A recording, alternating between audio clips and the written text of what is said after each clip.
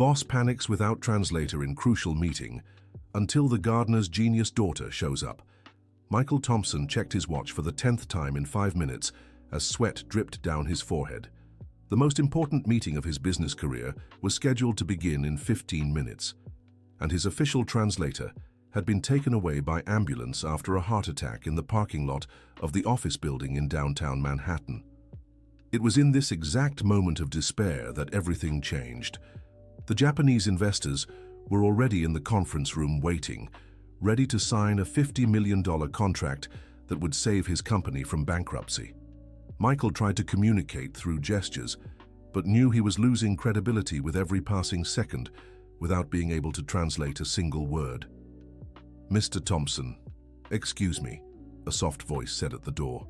It was Sarah Williams, the building's gardener, holding the hand of a small girl with thick round glasses, an impeccable white shirt, and black suspenders. The child couldn't have been more than 4 years old, but her eyes showed an intense curiosity that was impossible to ignore. "Sarah, now's not a good time," Michael replied, trying to control his irritation. "I'm in the middle of an emergency here." "I know, sir. I just came to water the plants in the meeting room, like I always do at this time. But if you'd like, I can come back later." The little girl observed everything carefully, especially the men in suits speaking Japanese on the other side of the glass table. Her tiny fingers fidgeted nervously with her suspenders as she listened to every word. "You can come in quickly, Sarah, but please be discreet. These men came all the way from Japan just for this meeting." Michael turned his attention back to the investors, attempting once more to explain in broken English that there was a slight delay. The leader of the Japanese delegation, a distinguished man in his 60s, simply nodded politely, but it was obvious he didn't understand. That's when little Emily, Sarah's daughter, let go of her mother's hand and walked up to the meeting table. Her steps were determined, despite her size. "Okaeri nasai," the girl said naturally, giving a small bow. The silence that followed was deafening. The 3 Japanese executives exchanged stunned glances, while Michael nearly choked on his own shock. "Anata wa Nihongo ga wakarimasu ka?" the Japanese leader asked, bending down to her level. "Hai sukoshi wakarimasu," Emily replied, adjusting her glasses with a gesture that seemed far too mature for her age. Michael stared in disbelief. Sarah flushed with embarrassment and rushed to pull her daughter back. "Emily, come here right now. I'm so sorry, Mr. Thompson. She shouldn't have interfered." "Wait," Michael said, raising a hand. "How does she know Japanese?" "She watches cartoons on the old tablet I managed to buy last year. There are some educational channels in different languages, but I never thought she actually understood any of it." Dear listener, if you're enjoying the story, don't forget to like and especially subscribe to the channel. It really helps those of us just starting out. Now, back to the story. The Japanese leader, who had introduced himself as Mr. Tanaka, was clearly impressed. He exchanged a few quick words with his colleagues before addressing Emily again. "Watashi wa Tanaka desu. Anata no namae wa nan desu ka?" "Watashi wa Emily desu. Hajimemashite," the girl replied, giving another perfect bow. Michael felt a wave of relief mixed with disbelief. Could a 4-year-old really save his company? "Sarah, please let Emily stay for just a little while, just until I can sort this out." "But Mr. Thompson, she's just a child. She can't be part of a business meeting." "Mom, I can help, Uncle," Emily said, looking seriously at Sarah. "They're talking about really big numbers and important things." Richard Jenkins, the vice president of Michael's company and his main internal rival, chose that exact moment to walk into the room. At 45, Richard had always questioned Michael's decisions and saw this crisis as an opportunity to take control. "Michael, what's going on here? Why is there a child in our most important meeting?" "Richard, she can help us. She speaks Japanese." "This is ridiculous. We can't put a child in charge of a $50 million negotiation. The shareholders will think we've lost our minds." Mr. Tanaka, who had understood part of the conversation in English, intervened gently. "If I may," he said in heavily accented English, "the young one has shown a proper understanding of our language. In Japan, we greatly respect children who display wisdom beyond their years. Emily tugged at Michael's shirt sleeve. Uncle, they're worried because you seem nervous. The man with glasses is saying you're a serious company, but they need to see if they can trust you. Michael looked at the girl in astonishment. How had she picked up so much from such a fast conversation? You understood all that? Yes. They also talked about money and time. They said they came from very far away and can't wait too long. Sarah watched her daughter with a mix of pride and worry. She knew Emily was a special child, but she'd never imagined this talent would show up in a situation like this. Emily, are you sure you can help Mr. Thompson? I can try, Mom. It's just talking, right? Richard rolled his eyes. Michael, this is completely inappropriate. Let's cancel the meeting and reschedule when we have a professional translator. No, Michael nearly shouted. They're going back to Japan tomorrow morning. This is our only chance.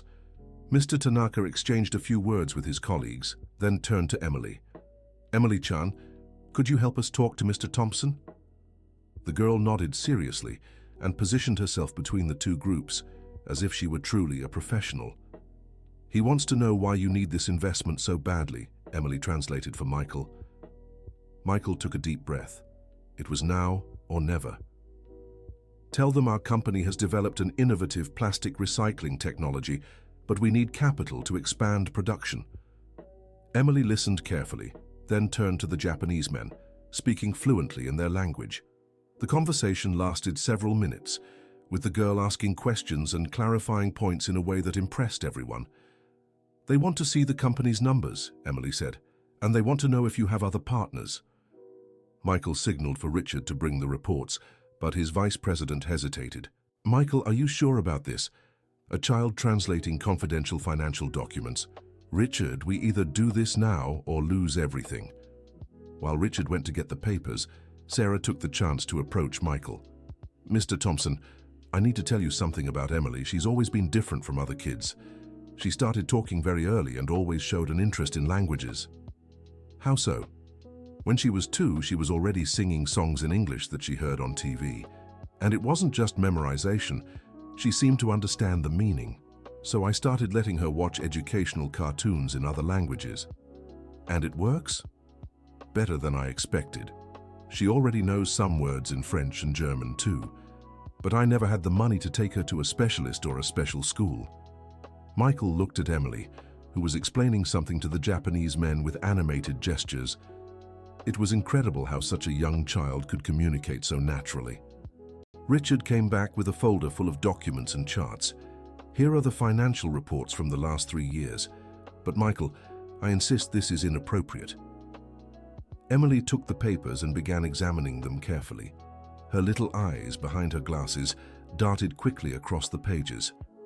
Uncle Michael, she said after a few minutes, there are some numbers here that don't add up. What do you mean?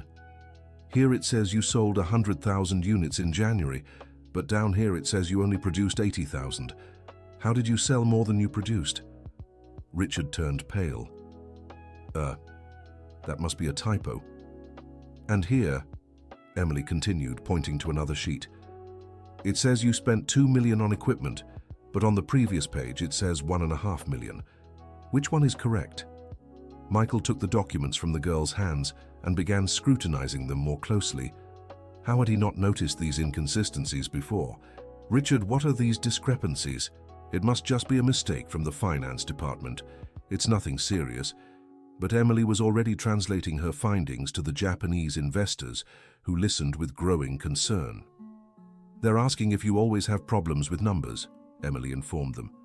And they want to know who's responsible for checking these things. The tension in the room rose considerably. Michael realized that Richard, who was in charge of the finance department, might be hiding something very serious. Emily asked them if we can clarify these issues during the meeting. The girl translated and waited for the investor's response. The conversation went on for several minutes, with increasingly grave tones.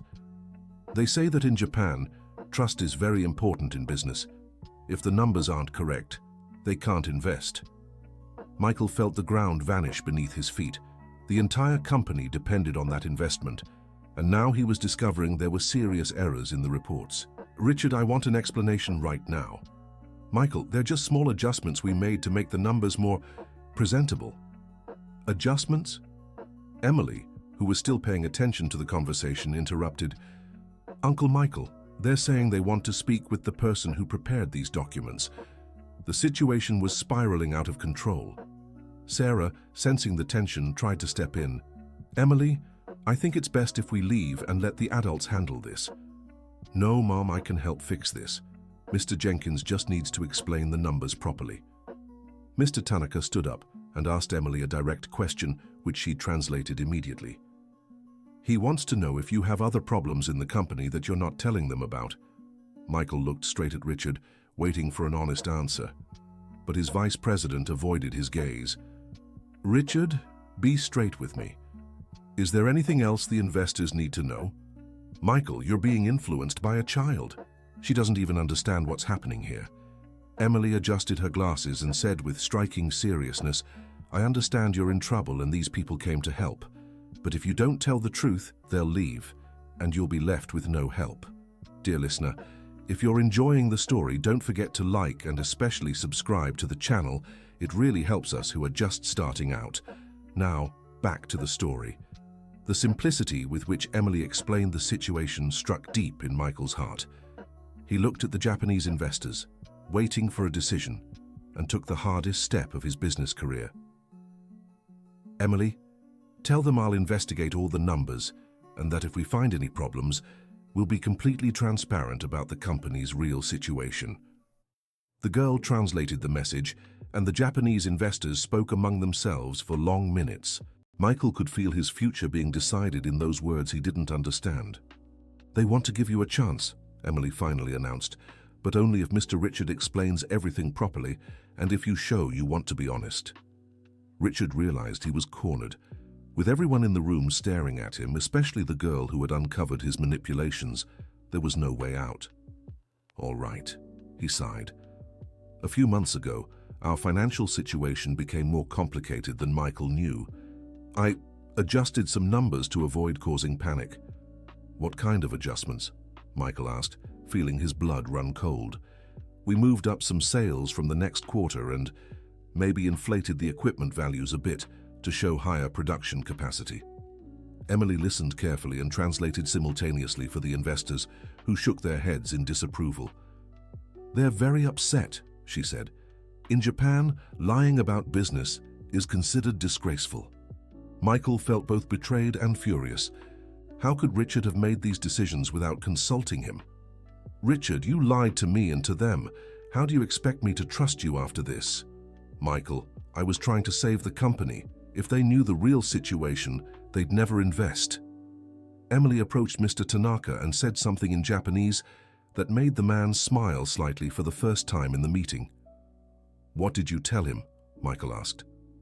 I told him you didn't know about the lies and that you're a good person who just wants to grow your company honestly.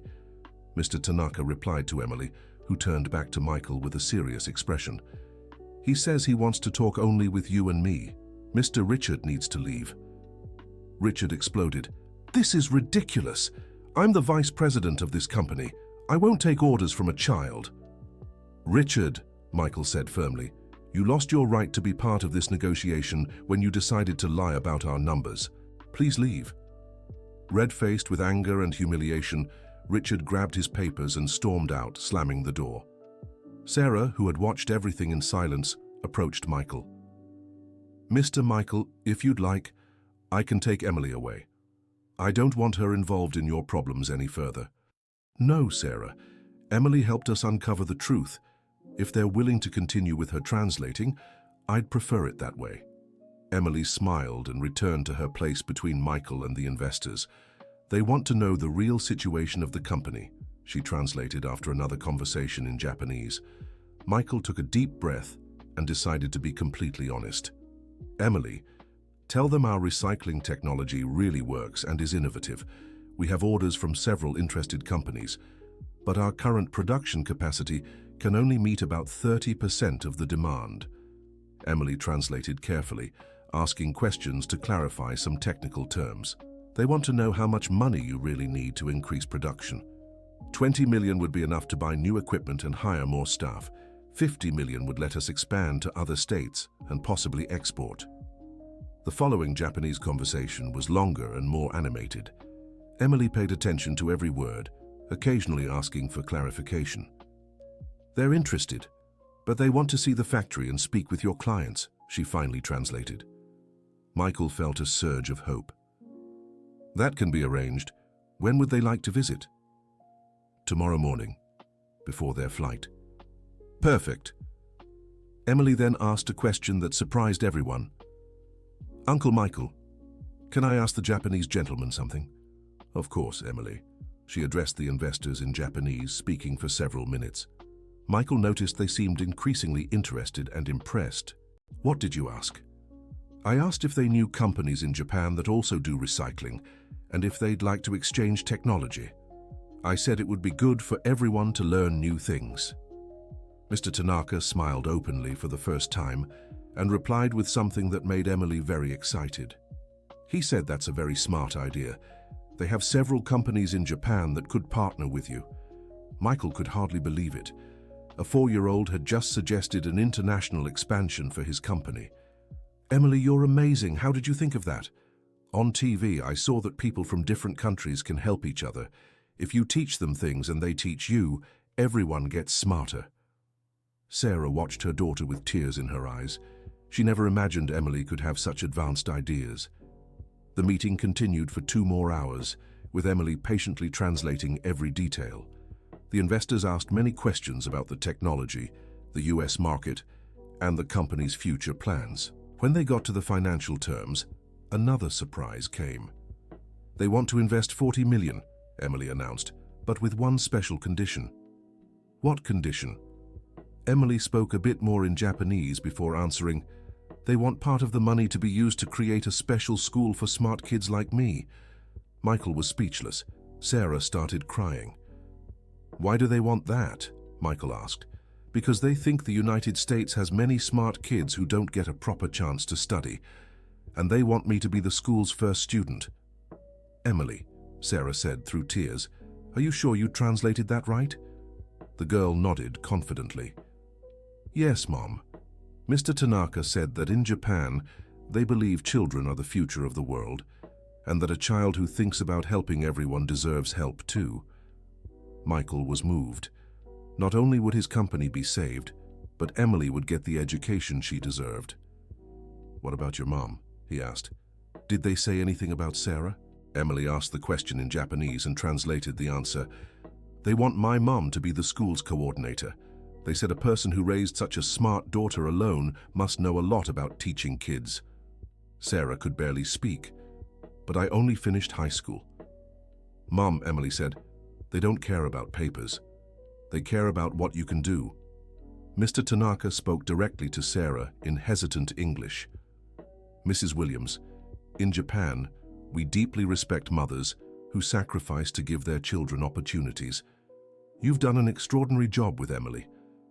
Sarah couldn't hold back her tears anymore. The meeting concluded with all the details settled. The investors would visit the factory the next day, and if everything went well, the contract would be signed before their flight. After the Japanese left, Michael knelt in front of Emily. "Emily, you saved my company and changed your life and your mom's. How can I thank you?" "You don't have to thank me, Uncle Michael. I just did what my mom taught me. Help when someone needs it." Michael looked at Sarah, who was still processing everything that had happened. "Sarah, I need to apologize. All these years, you've worked here in the building, and I never took the time to really get to know you.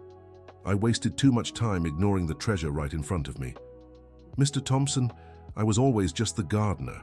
I never expected anyone to notice Emily like this." "Well, you should have. Your daughter is extraordinary, and that only happened because you're an extraordinary mother." That night, Michael couldn't sleep from all the excitement for the next day. But it wasn't a bad kind of excitement. It was the hope of seeing his company finally take off. The next morning, Emily arrived at the building wearing her best dress, with her hair carefully tied in a neat ponytail.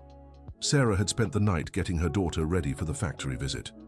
"Good morning, Uncle Michael," Emily greeted cheerfully. "Good morning, little translator." Ready for another day of work?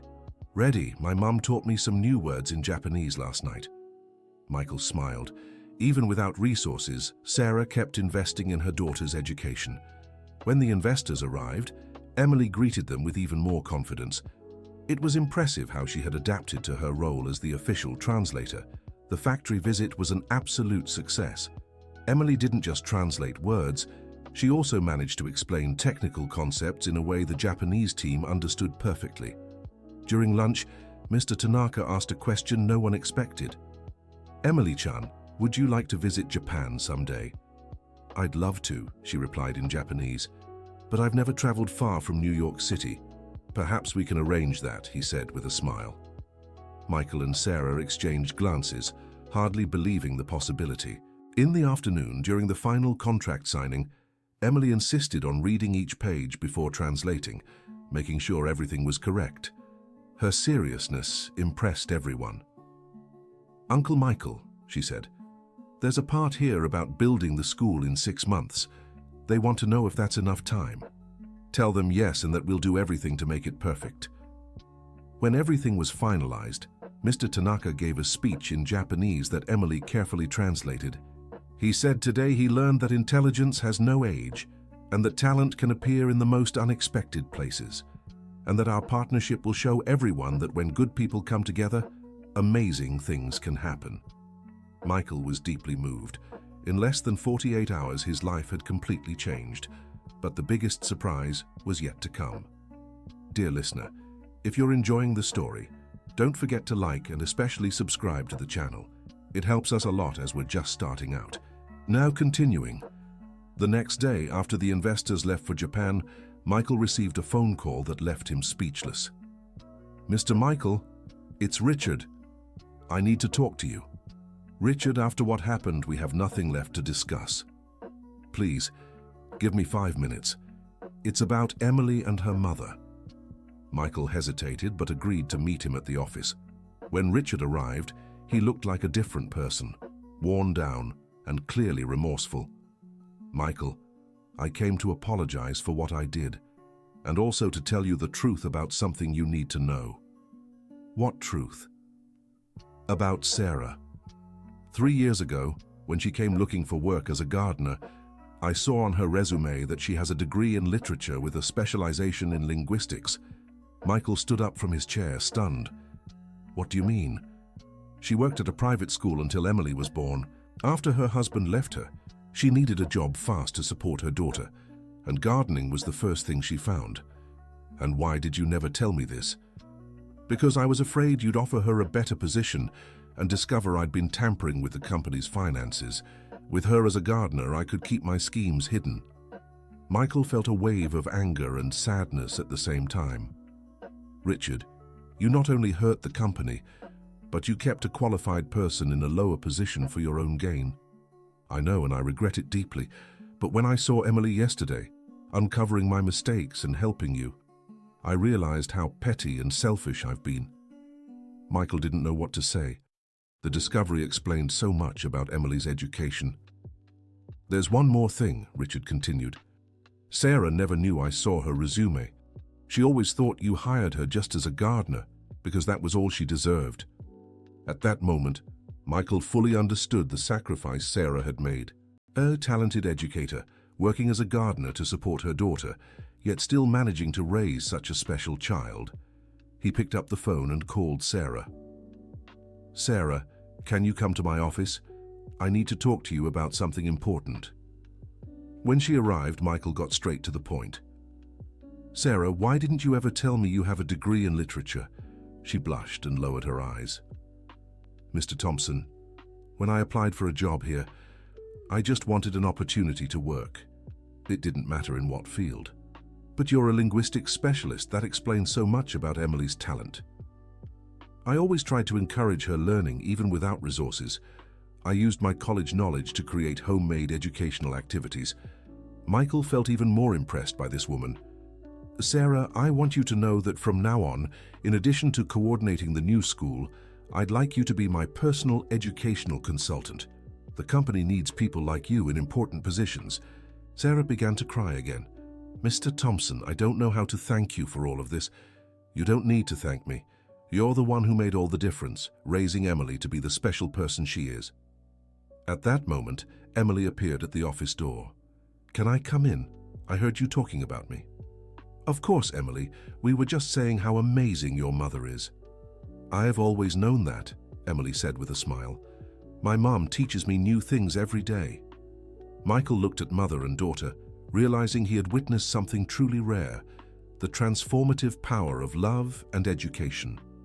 In the weeks that followed, everyone's lives changed dramatically. Construction of the special school began, Michael implemented new transparency systems in the company, and Sarah prepared for her new role as educational coordinator. Emily remained the same curious and affectionate child, but now she had a bright future ahead. She participated in the school's planning meetings, offering suggestions that even impressed the architects. 3 months later, Michael received another call from the Japanese investors. Mr. Thompson, this is Tanaka. We have a special proposal for you. Go ahead, Mr. Tanaka. We'd like to invite Emily and Sarah to spend a month in Japan, visiting our schools and educational methods. It would be an exchange experience. Michael was thrilled. When he told Sarah and Emily, both were speechless. Mom, Emily said, we're going to the country of the cartoons that taught me Japanese. My dear, Sarah replied, hugging her, we'll discover a new world together. The trip to Japan was transformative for both. Emily absorbed knowledge about different cultures and teaching methods, while Sarah learned advanced pedagogical techniques she would implement in the new school. When they returned, the special school was nearly complete. Emily would officially be the first student, but there was already a waiting list of hundreds of talented children from humble families. At the inauguration, Michael gave an emotional speech. This school exists because a 4-year-old girl taught us that intelligence knows no social class, age, or circumstances. Emily showed us that when we offer genuine opportunities, people are capable of extraordinary things. Emily, wearing a kimono she had received in Japan, was invited to cut the ribbon. With her characteristic seriousness, she said, "This school is for all the children who have big dreams and mothers who believe in them." The audience rose in applause, many with tears in their eyes. 2 years later, the school had become a national benchmark in education for gifted children. Emily, now 6 years old, spoke 5 languages fluently and helped new students adjust. Sarah had become an authority in specialized early childhood education, receiving invitations to speak at universities across the country. Michael expanded his business to 12 US states and 3 North American countries, always upholding the principles of transparency and social responsibility that Emily had taught him. One morning, Emily walked into Michael's office with a worried expression. "Uncle Michael, can I ask you something?" "Of course, Emily. What's on your mind?" "Remember when you said I saved your company?" "Yes, and it's true. But I was thinking, if Mr. Jenkins hadn't lied about the numbers, and if your translator hadn't gotten sick, you would never have found out I knew Japanese, right?" Michael paused to think. It was a remarkably deep observation for a child. "That's true, Emily. Why do you ask?" "Because sometimes bad things happen so good things can come. If everything had gone right that day, my mom would still be a gardener, and I never would have met the Japanese gentleman." Michael was struck by Emily's philosophical maturity. "You're right. Sometimes what seems like a problem is really an opportunity in disguise. So does that mean we should be grateful even for the bad things that happen?" "We don't have to be grateful for the bad things, Emily, but we can learn to see the opportunities they bring." Emily smiled and went back to her Mandarin class. Even at 6, she continued to amaze everyone with her wisdom. That afternoon, Michael received an unexpected call. "Michael, it's Richard." Michael sighed. 2 years had passed since the incident, but he still felt uneasy talking to his former vice president. "What do you want, Richard?" "I want to apologize again, and also give you some news. I've started a small business ethics consultancy. I'm helping other companies avoid the mistakes I made." Michael was surprised. He hadn't expected this change in Richard. "How so?" "After what happened, I spent 2 years in therapy and studying business ethics. I realized I could use my negative experience to help other business owners be more honest. And is it working?" "Better than I expected. I've already helped 5 companies implement transparency systems, and every time I tell the story of how a 4-year-old uncovered my mistakes, clients are amazed. Michael wasn't sure whether to be annoyed or impressed that Richard was using Emily's story for his business. Richard, do you have Emily and Sarah's permission to tell that story? Actually, I wanted to ask you about that. I'd like to invite them to give a talk. I think their testimony could help many business owners understand the importance of honesty. Michael thought for a moment. It could be a good opportunity for Emily and Sarah to share their experience. So I'll talk to them and get back to you. When Michael told them about the invitation, Emily was excited. It would be fun to tell people how we found out lying is bad for everyone. Sarah, more cautious, asked, "Mr. Michael, do you think it's appropriate for Emily to speak at a business lecture?" Sarah, Emily has a unique way of explaining complex ideas simply. I think she could really help other business owners. Emily's first lecture took place in an auditorium with 100 business owners. At 6 years old, she stepped onto the stage without fear, using a microphone adjusted for her height. "Hi everyone," she began. "My name is Emily, and I found out that wrong numbers can cause a lot of trouble." The audience smiled, charmed by the child's naturalness.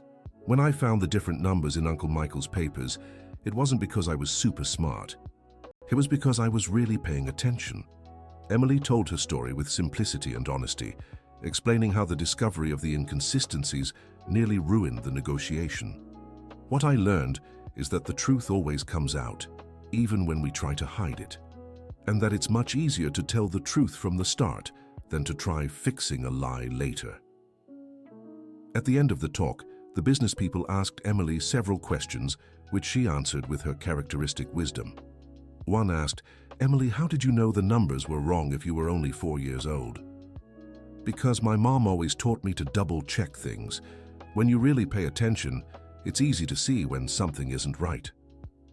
Another asked, "What would you say to a business person thinking about hiding important information?"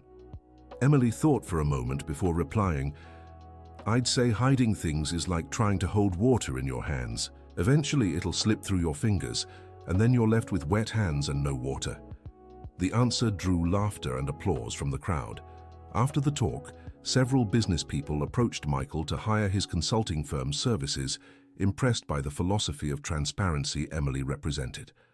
In the following months, Emily and Sarah participated in several talks and conferences. Emily became a minor celebrity in the business world, known as the girl who saved a company with honesty. But fame didn't change her personality. She remained the same curious and caring child, always willing to help other students at the special school. One day, Emily came up with an idea that surprised everyone. "Uncle Michael, I want to write a book." "A book about what, Emily?" "About how kids can help adults be more honest. I want to teach other children that they matter and can make a difference." Michael was moved by the idea. "I think that's a wonderful idea, Emily. Your mum can help you with the writing." Emily's book, The Girl Who Discovered the Truth, was published a year later and became a children's bestseller. All proceeds went to the special school, helping more gifted children access educational opportunities. During the book launch, a journalist asked Emily, "What do you hope children learn from your story?" "I want them to know it doesn't matter if you're small or if your family doesn't have much money. If you study hard and always tell the truth, you can do amazing things."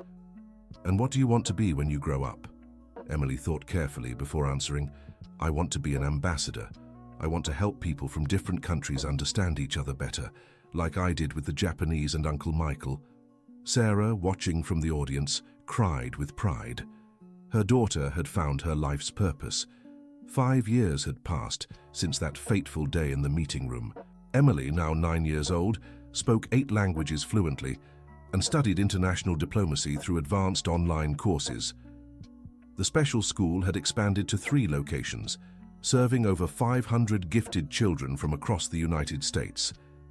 Sarah had become the general director of the educational project and was recognized as one of the leading experts in education for highly gifted children. Michael had turned his company into one of the top sustainability firms in North America, always upholding the principles of transparency Emily had taught him. But the story had one final surprise. In September 2025, Michael received a phone call that would once again change the course of their lives. "Mr. Thompson, this is the Japanese consulate. We have an official proposal from the Japanese government for Emily Williams." "What kind of proposal?" "The Japanese government would like to offer Emily a full scholarship to study at the Tokyo Institute of Diplomacy, the most prestigious in the country. She would be the youngest student in the institution's history." Michael Thompson was speechless. When he told Emily and Sarah, their reaction was complete disbelief. "But she's only 9 years old," Sarah exclaimed. According to the consulate, the Japanese government believes Emily represents a new generation of diplomats who can help build bridges between different cultures. Surprisingly, Emily remained very calm. "Mom, would you come with me?" "My dear, if you want to go, I'll go wherever you do." "What about the special school?" Michael smiled. "Emily, the school can manage without you for a few years, and when you return, you'll bring knowledge that can make it even better." 3 months later, mother and daughter boarded a flight to Tokyo, carrying dreams that had seemed impossible just 5 years earlier. At the airport, Michael hugged Emily one last time before their journey. "Emily, you changed my life forever. Thank you for teaching me that honesty and kindness are the best investments in the world. Uncle Michael, thank you for believing in me when I was just a little girl who spoke Japanese. You were never just that, Emily. You've always been extraordinary." Emily smiled and waved as she stepped onto the plane, carrying her diplomacy books and the origami Mr. Tanaka had taught her years before. As the plane took off, Michael reflected on how a business meeting emergency had turned into the most enriching experience of his life. Emily had saved his company, but more than that, she had saved his entrepreneurial soul, teaching him that true success comes from honesty, transparency, and valuing people. Sarah gazed out the airplane window, remembering when she was just a gardener struggling to support her daughter. Now she was on her way to Japan as an international educational consultant, accompanying her daughter, who had become the youngest diplomacy student in history. Emily, seated beside her mother, wrote in her travel journal, "Today begins a new adventure. I'll study hard to help people from different countries understand each other. I want all children in the world to have the same opportunities I've had. And when I return to the United States, I'll keep proving that it doesn't matter where you come from, only where you want to go." The plane disappeared into the clouds, carrying a story of transformation that had begun with wrong numbers in a business meeting and evolved into a lesson about honesty, opportunity, and the life-changing power of education. Michael stayed at the airport until the plane was completely out of sight. Then, he returned to his company, where a photo of Emily translating at that first meeting held a place of honor on his desk. That same day, he received a report showing the company had broken all sales records and that 3 new special schools would open the following year. But none of that compared to the satisfaction of knowing he had been part of the story of an extraordinary girl who proved that talent can flourish anywhere, even among the plants her mother once watered in the hallways of an office building. The end. Now tell me what you thought of this story of perseverance and honesty. Do you believe people like Emily really exist in the world? Share your thoughts in the comments and let me know where you're watching from. If you know any talented children, share their stories too. Thank you so much for following along. Don't forget to like and, most importantly, subscribe for more inspiring stories like this one.